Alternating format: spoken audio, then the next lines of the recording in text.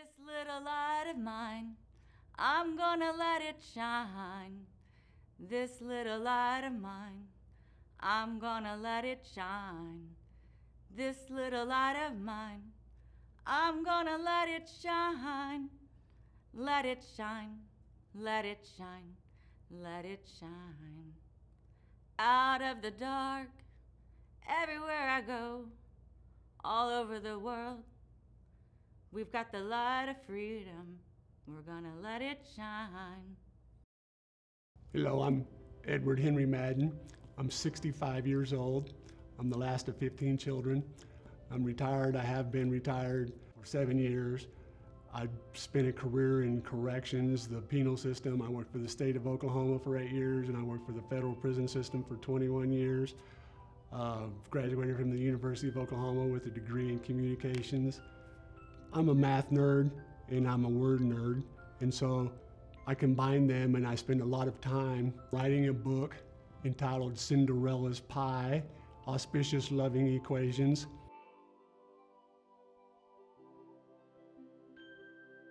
I'm retired, and I've been retired for 7 years. I discovered yoga and bar and keeping fit. The more physical things that you do gives you more energy to do other things. And so the foundation of everything is staying physically fit.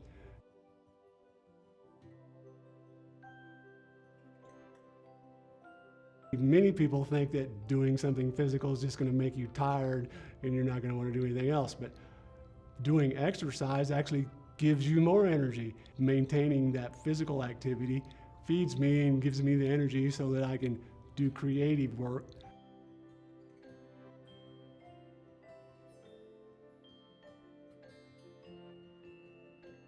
When I was in junior college, I was watching an episode of Star Trek, and Spock, for some reason, recited a poem. And I'm going like, well, I could do better than that. And I sat down and started writing a poem with a pencil in longhand.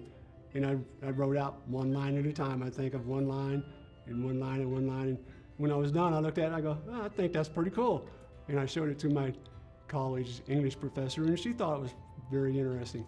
So she suggested that I submit it to Pegasus, which is a routine yearly publication, and they take as many as 300,000 manuscripts, and they only select 300. And I was one of the 300 that was selected, and I thought, wow, that was my first one, and it was selected. So the fact that I had success very early, I practiced it some more, but then I got into my job and I didn't have time to do it. But it came back to me 25 years later.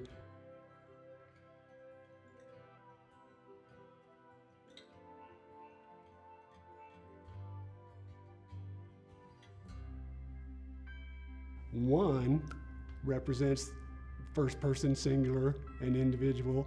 One represents mathematical. It's the entire. It's one unit. It's a symbol of one.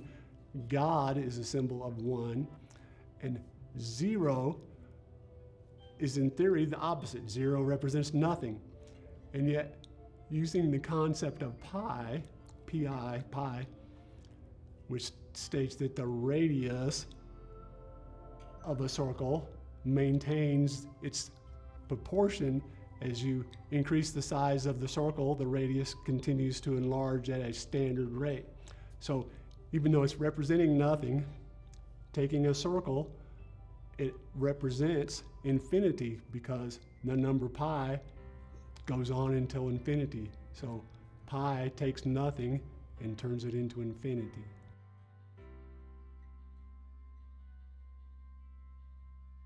I started writing just using longhand. Over a period of time with the electronics, with computers, they do so many more different things. And when I was playing with my poetry, I discovered that you could do some things from the center. And as I was doing that, I realized, oh, these are making pictures. And I thought, that's just so creative, and I hadn't seen anyone do that before. The pictures usually represent an image of what the words are talking about.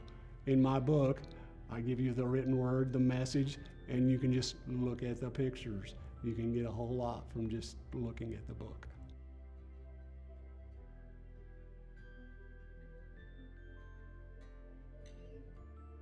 There are lots of very annoying people in prison. And unfortunately, many of those are the staff people in addition to the convicts that are there. Staff can be very irritating.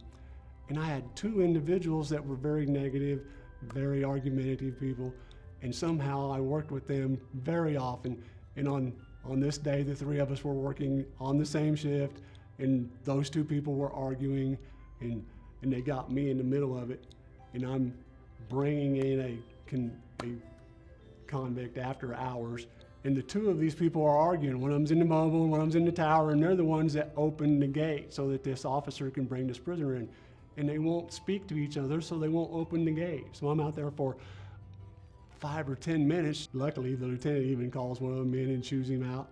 And as he's leaving, he stops by my office and goes, "Oh, hey, can I come in there?" By his talking to me, he made me even madder, to the point that I had to ask God to help me. And I wasn't really specific as to how I wanted that help.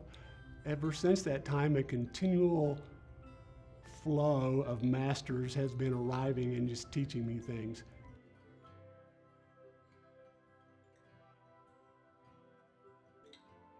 When I was a young person, posters were big. It's like 16 by 20 posters that you would hang on your wall.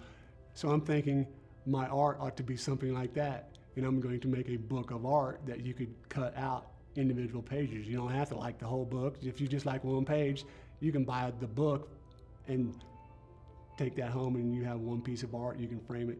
Seeing as how each page can stand on its own, you can read the book forward, you can read it backwards, and it basically means the same thing no matter what order you put it in. But it's just a continual editing process. It just feels right, it just flows, and it's just fun.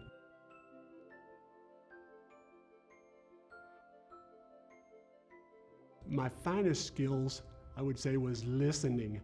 Even though observation is important, in my particular case, I worked in the control center quite often, and the control center hands out all the keys. There's like 200 employees on a day shift, and they each get a set of keys and a set of radios. But my ultimate responsibility is listening to those radios, and they're on 7 different frequencies, and all of them could be talking at the same time, and I have a couple telephones and a couple windows that I'm dealing with, but my job is listening for someone hollering for help.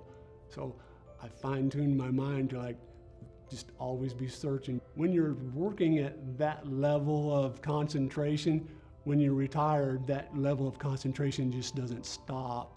You're still paying attention to the things that are going on around you, and you're listening.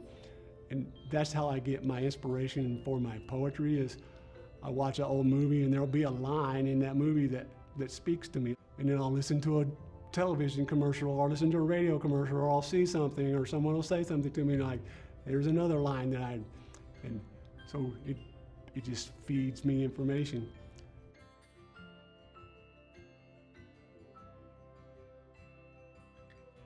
After that moment where I got so angry, shortly after that, within a week or so, I had a dream of a friend from college. Called her on the phone, and she does Reiki. And after talking with her a little bit, and she sent me some Reiki, and it was amazing. But shortly after I did Reiki, I'm walking on the streets here in Norman, and there's a yoga studio right over here, and I've never been to a yoga studio, but somehow now I'm going like, well, I should go there. And so I stopped and went in there, and the first classes I was taking was just meditation. You just sit on the floor and just meditate. You're trying to control your body, you're trying to control your mind, you're trying to keep nuisance noise, you just try to let loose of that. And so yoga helped me with that. Gratitude is all-consuming. You get more of what you have gratitude for. Gratitude is a higher frequency than even love. Gratitude is the ultimate experience. Just you're appreciating what someone has given you. And gratitude is very important because many of the literature I have read says that you should have gratitude even before you get the thing. It just makes everything work better. I was the last of 15 children. I had no power. Two of my older brothers were state wrestling champions, so I've become a wrestling champion. And so I have much more wrestling in my future. I'm being recruited to the University of Oklahoma to wrestle. I'm going to be having hand-to-hand combat for the next several years in my life. So I'm thinking about power. I even got a class ring that had a black stone in it, in symbolic of power. And that came back to affect my life greatly because I was showing off in phys ed class when I was a senior in high school during football season and caught my class ring on a basketball goal and pulled my finger off. And so that taught me that power isn't necessarily what you need to be pursuing. You need to stop and think and change your point of view. Your perspective is wrong. I no longer had any interest in wrestling whatsoever. I did come to the University of Oklahoma and I wrestled for 1 year, but I didn't care about it anymore. Prison is all about power. Through all of my research and the New Age studying about love, love is the only emotion that heals, and love is the ultimate power. And it's interesting because inmates are doing things, they're trying to have power. And I even found a little notebook that they had, and it had 50 rules of power.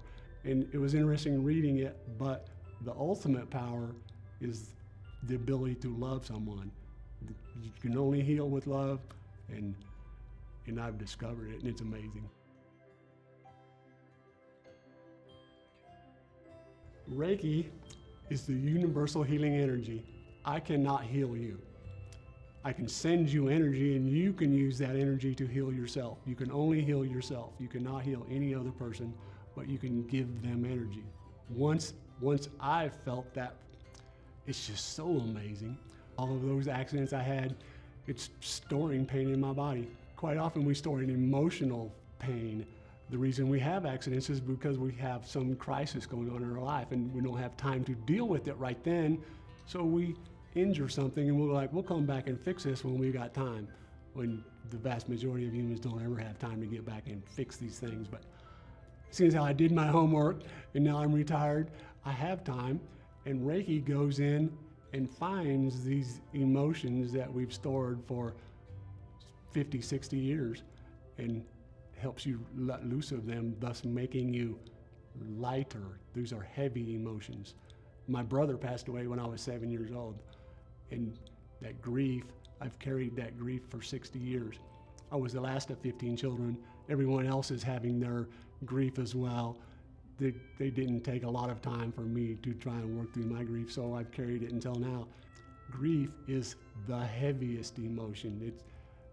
So when you start Reiki, you deal with all the other littler things first, and I've dealt with them, and now I'm letting loose of that grief, and it just makes you light.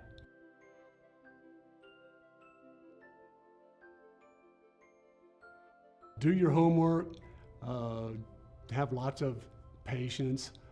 To come up with a balance, you have to address the truth. So many people don't want to use the truth.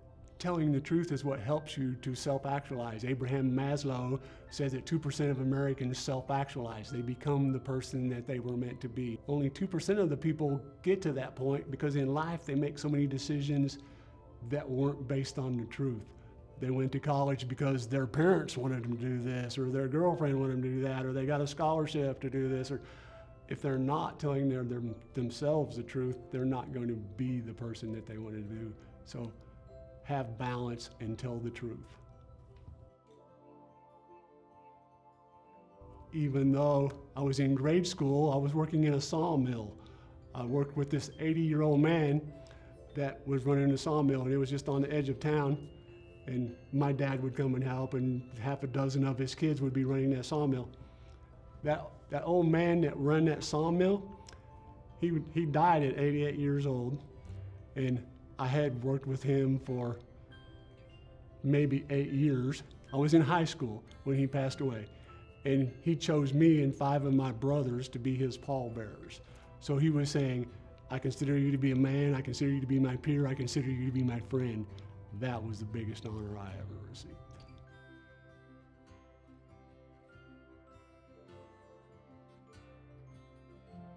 I have another book almost written, and I was working on it last night. All of my books have some degree of love in it.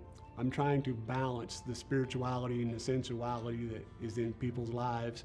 And when I first started, the spirituality was coming out very heavily and the sensuality was getting kind of short-lived, because I'm going like, that's a little bit more complicated and people might not receive it as well.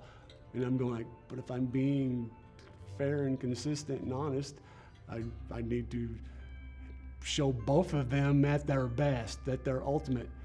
And so you just keep putting a little more flavor in it. So then the next book is a little hotter version, a little more spice in it than the books that we have. So if you like this one, the next one's a little spicier. This little light of mine, I'm gonna let it shine. This little light of mine, I'm gonna let it shine. Out of the dark, everywhere I go, all over the world, we've got the light of freedom. We're gonna let it shine.